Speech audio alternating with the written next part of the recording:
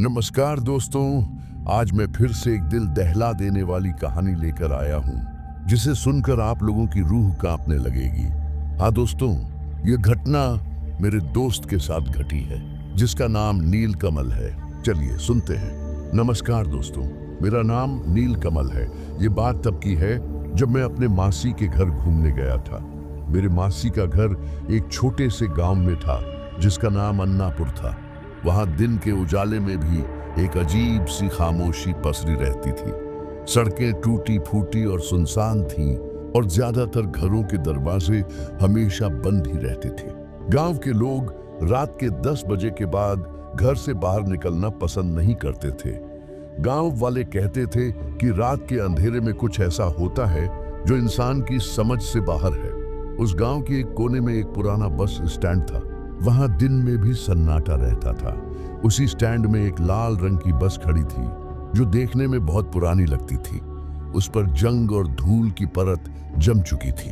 गांव वाले कहते थे कि उस बस का ड्राइवर रघुवीर था।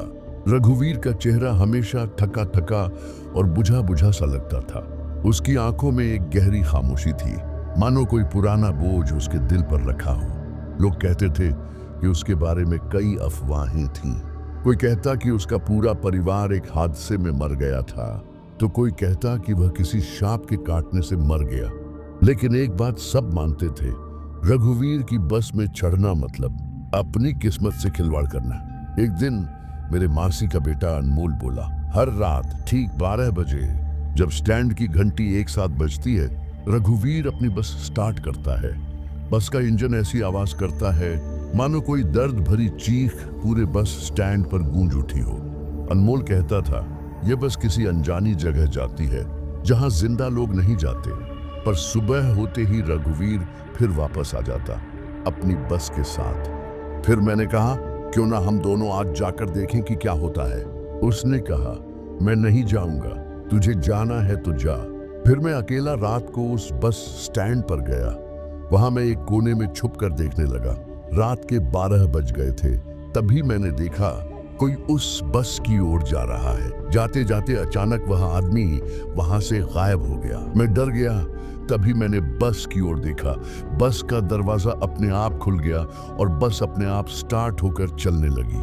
तभी मुझे लगा कि कोई मुझे पीछे से मेरा नाम लेकर बुला रहा है, नील कमल, नील कमल। मैंने पीछे मुड़कर देखा तो वहां कोई नहीं था।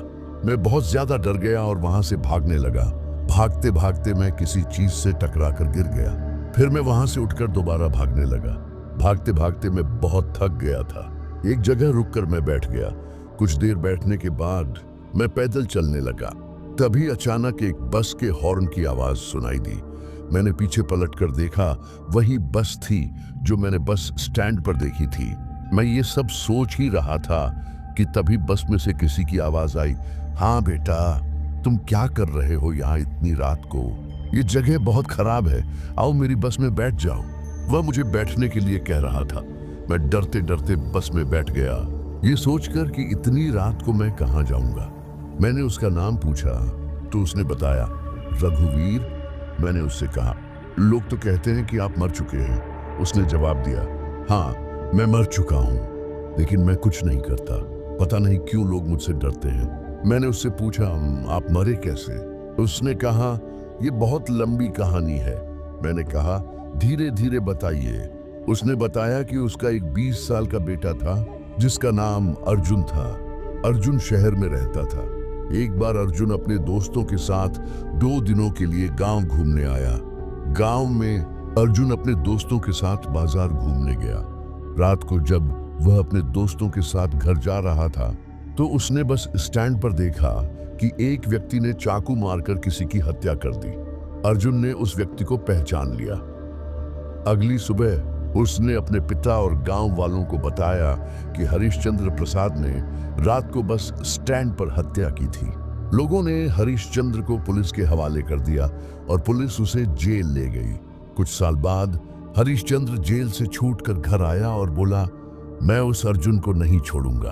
एक दिन रघुवीर अपने परिवार के साथ शहर जा रहा था, अपने बेटे अर्जुन से मिलने। रास्ते में हरिश्चंद्र ने उन्हें मार डाला और बस में आग लगा दी। कुछ साल बाद अर्जुन अपने दोस्तों के साथ गांव वापस आया, लेकिन घर बंद था। जब उसने घर का दरवाजा खोला तो अंदर बहुत गंदगी थी और चारों ओर मकड़ी के जाले लगे थे। अर्जुन ने घर की साफ सफाई की, फिर गांव वालों से पूछा, मेरे माँ बाप कहाँ गए? गांव वालों ने कहा, रघुवीर अपनी बीवी को लेकर तुम्हारे पास गया था, तब से वापस नहीं आया। अर्जुन बोला, मेरे पास तो नहीं आए। वह बेचैन हो गया, सोचने लगा, मम्मी पापा कहाँ जा सकते हैं। तभी अर्जुन के दोस्तों ने कहा, कहीं गए होंगे। लेकिन अर्जुन बोला, नहीं रे, तुम लोगों को नहीं दिख रहा?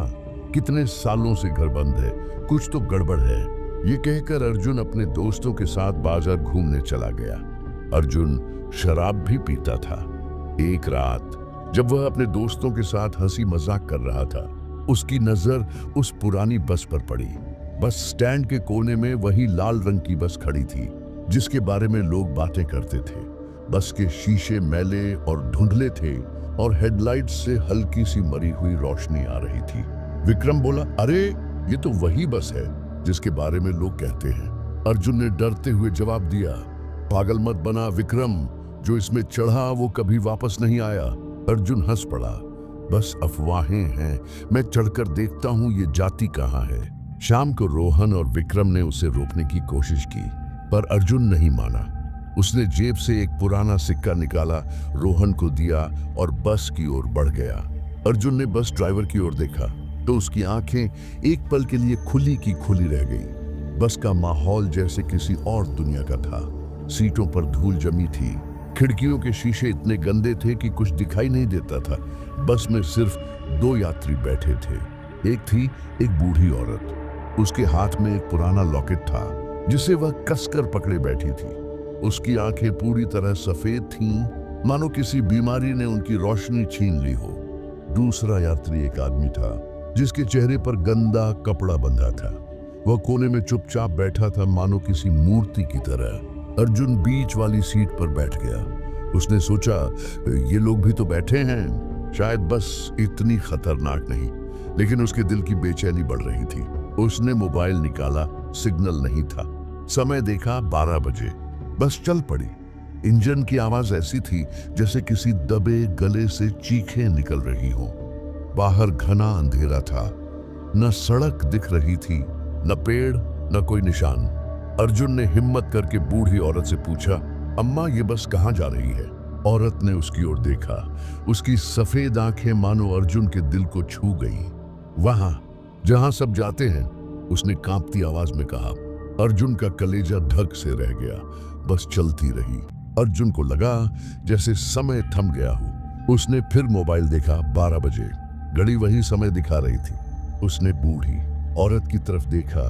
वह अब भी अपने लॉकेट को सहला रही थी। लॉकेट खोलकर देखा, उसमें एक छोटे लड़के की तस्वीर थी जो अर्जुन से काफी मिलता जुलता था। ये कौन है? अर्जुन ने पूछा। औरत ने एक ठंडी मुस्कान दी। उसी वक्त दूसरा यात्री हिला। उसने कपड़ा हटाया और अर्जुन चीख उठा। उसके चेहरे पर आंखें ही नहीं थी, बस 2 गहरे गड्ढे जिनसे काला धुआं निकल रहा था। अर्जुन ने बस का दरवाजा खींचा, जमा हुआ था। वह चीखा, रुको, मुझे उतरना है। लेकिन रघुवीर शांति से गाड़ी चलाता रहा। अब बाहर का अंधेरा से ठंडी नीली रोशनी में बदल रहा था। अर्जुन के दिल में सवाल उमड़ने लगे, ये सब क्या है? ये लोग कौन हैं? और रघुवीर इतना शांत क्यों है? बूढ़ी औरत ने उसका हाथ पकड़ लिया। उसका हाथ बर्फ सा ठंडा था। तू क्यों आया? ये बस उन लोगों के लिए है जो खो गए हैं। खो गए? अर्जुन कांपते हुए बोला, मैं तो बस देखने आया था। औरत ने लॉकेट उसके हाथ में थमा दिया। तस्वीर अब बदल चुकी थी। उसमें अर्जुन का ही चेहरा था, लेकिन बूढ़ा और थका हुआ। अर्जुन हक्का बक्का रह गया। उसने रघुवीर से चीख कर पूछा, तुम कौन हो? रघुवीर ने पहली बार सिर घुमाया। उसकी आंखें अब पूरी तरह सफेद थीं। उसकी आवाज कब्र से आती गूंज जैसी थी। मैं वही हूं जो इस बस को चलाता है। मैं वही हूं जो उन्हें ले जाता है, जो अपनी मंजिल भूल गए हैं। अर्जुन को अपनी दादी की पुरानी कहानी याद आई। अन्नापुर में एक बस ड्राइवर था जो अपने परिवार और यात्रियों के साथ एक हादसे में मारा गया। कहा जाता था कि उसकी आत्मा कभी चैन नहीं पा सकी। वह हर रात अपनी बस लेकर निकलता और भटकती, आत्माओं को साथ ले जाता। क्या रघुवीर वही ड्राइवर था? बस अचानक झटके से रुकी। बाहर वही ठंडी नीली रोशनी थी। अर्जुन ने खिड़की से झांका, एक टूटा फूटा कब्रिस्तान। रघुवीर खड़ा हुआ। उतर जा, अर्जुन मना करने लगा, पर उसके पैर अपने आप आगे बढ़े। वह उतर गया। पीछे देखा, बस गायब हो चुकी थी। कब्रिस्तान में अजीब सी गंध फैली थी, सड़ी मिट्टी और मौत की। तभी अर्जुन ने सुना, अर्जुन, एक धीमी भयावह आवाज। उसने देखा एक परछाई उसकी ओर बढ़ रही थी। वह रघुवीर था, लेकिन उसका चेहरा अब भयानक रूप ले चुका था। आंखें पूरी तरह सफेद और मुंह से काला धुआं निकल रहा था। तू क्यों आया? रघुवीर ने कहा, यह बस मौत के बाद भटकने वालों के लिए है। तू जिंदा था, लेकिन अब तू भी हमारा है। अर्जुन भागना चाहता था, लेकिन पैर जमीन में गड़ गए। जेब में हाथ डाला, मोबाइल नहीं था, बल्कि वही लॉकेट मिला जिसमें अब उसकी तस्वीर थी, सदियों पुरानी सी। कब्रिस्तान के पत्थर जैसे फुसफुसाने लगे। हर पत्थर पर एक नाम लिखा था, वे नाम जो कभी उस बस में चढ़े थे और फिर कभी लौट कर नहीं आए। अर्जुन ने एक पत्थर पर अपना ही नाम देखा। उसका दिल बर्फ सा हो गया। रघुवीर पास आया। अब तू हमारा हिस्सा है। ये बस कभी नहीं रुकती। ये उन आत्माओं को ले जाती है जो अपनी मंजिल भूल चुके हैं, और तू भी उनमें से एक है। अर्जुन ने आंखें बंद की। जब खोली तो खुद को फिर बस में पाया, लेकिन अब बस खाली थी। न बूढ़ी औरत, न वह आंख रहित यात्री। सिर्फ रघुवीर स्टीयरिंग पर बैठा शांति से आगे देख रहा था। अर्जुन ने चीख लगाई, पर उसकी आवाज बस की दीवारों में ही गूंज कर रह गई। सुबह जब लोग बस स्टैंड पहुंचे तो देखा रघुवीर अपनी बस के साथ वापस आ चुका था। उसके चेहरे पर वही थकान थी, लेकिन अर्जुन कहीं नहीं मिला। लोगों ने बहुत ढूंढा, पर अर्जुन मानो हवा में गायब हो गया। कहते हैं आज भी हर रात 12 बजे वह बस निकलती है। जो भी उसमें चढ़ता है वह कभी लौट कर नहीं आता।